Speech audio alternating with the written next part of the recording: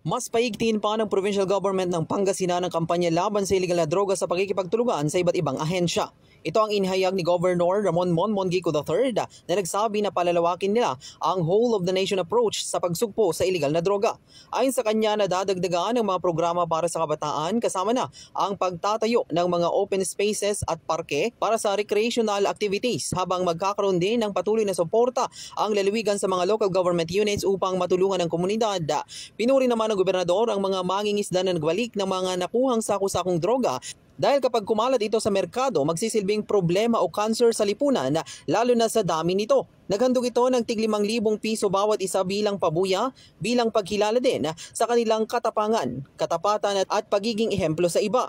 Binigyang diin din niya ang kahalagahan ng patuloy na koordinasyon sa pagitan ng mga ahensya ng gobyerno at komunidad.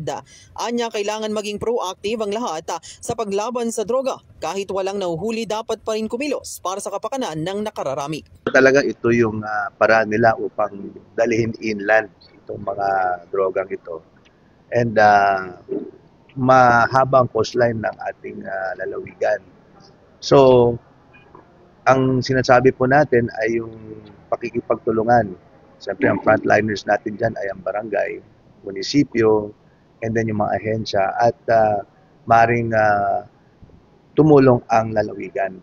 No? Whatever help we can give to these agencies, to the LGs and to the barangay, and to PDEA of course, we will extend. Kasi ayaw natin pag pumasok yan dito sa probinsya, sa bansa natin, imagine the volume, the amount, the quantity that was, recovered, no?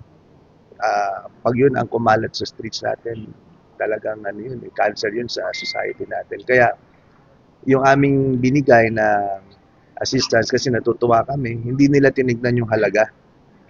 Tempting yan, very tempting So, kahit malit na amount, it's a token, a show of appreciation to our fisher folks for their heroism. So yun lang ang mensahe namin gustong ipaabot at sa pamamagitan nito, maging ehemplo rin sila.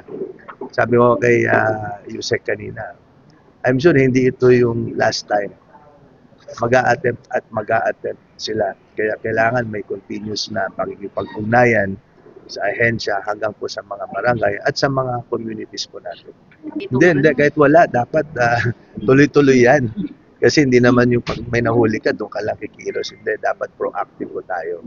At saka sa amin naman, syempre yung whole of nation approach, no?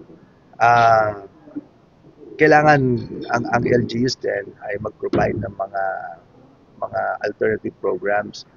Kami ang iniisip namin yung mga more programs for the youth, tapos yung mga open spaces, open parks para meron silang mga recreational areas and activities. Yun ang kaya namin i-provide. Isa sa mga kaya namin i-provide. Yan ang balita mula rito sa bayan ng Bolinao, Patrol numero 5. Bombo Oliver Dacumus nag-uulat. This is Bombo Radio Philippines, the #1 and most trusted source of news and information. Basta Radyo, Bombo!